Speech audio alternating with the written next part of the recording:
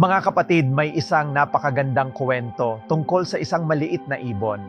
Noong siya'y bata pa, kayang-kaya niyang lumipad ng napakataas. Malaya, malakas, walang takot. Ngunit habang tumatagal ang panahon, unti-unting nanghina ang kanyang pakpak.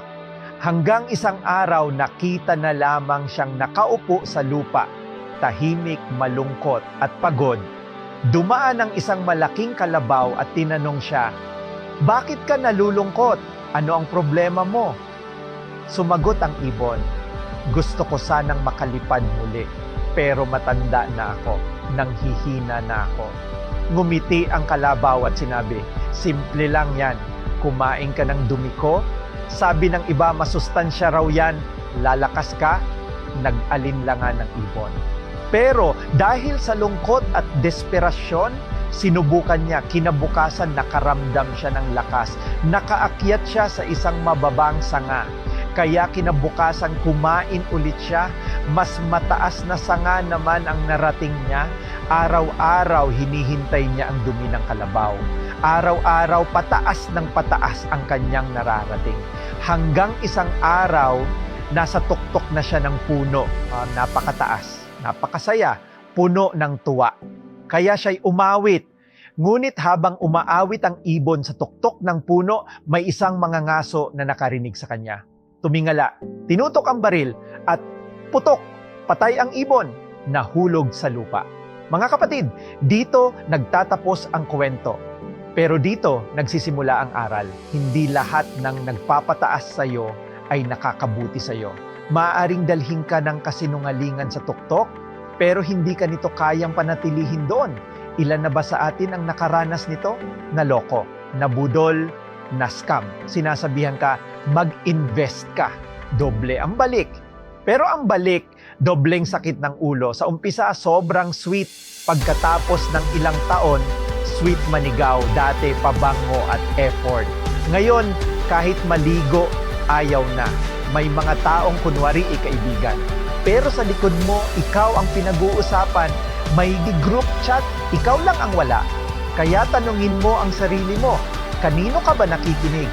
Kanino mo ibinibigay ang tenga mo? May dahilan kung bakit dalawa lang ang tenga natin. Hindi lahat dapat pakinggan, hindi lahat dapat paniwalaan. Magmasid ka, hindi lang tenga ang ibinigay sa atin. May mata rin tayo dahil ang kilos, ang gawa, ang body language, hindi nagsisinungaling. Makikita mo sa mukha ng tao kung masaya siya kapag nahihirapan ka. Kaya bago ka makinig sa iba, makinig ka muna sa Diyos. Ilaan mo ang isang tenga mo sa Kanya. Dahil malinaw ang utos, hindi palakpakan, hindi tsismisan, makinig. Kahit makarating ka pa sa tuktok ng tagumpay, kung hindi ka marunong makinig sa Diyos, mawawala rin ang lahat. Pero kung marunong kang makinig sa Kanya, kahit nasa lambak ka ng problema, mananatili ka sa liwanag. Ang pagpapala ng Diyos ay hindi pansamantala.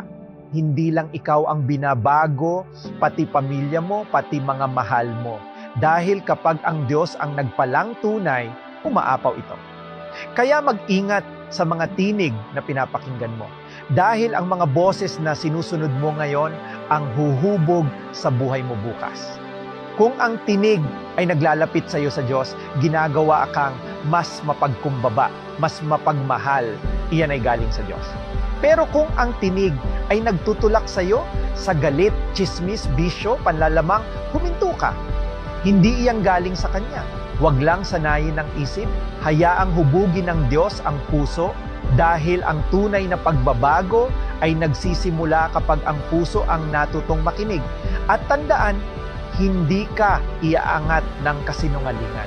Hindi ka itatayo ng shortcut. Hindi ka palalakasin ng paninira. Ang tunay na pag-angat ay nagmumula sa pakikinig, pagsunod at pananalangin. Dahil ang bunga ng panalangin, pag-ibig. At habang mas natututo kang makinig sa Diyos, mas nagiging mapagmahal ka.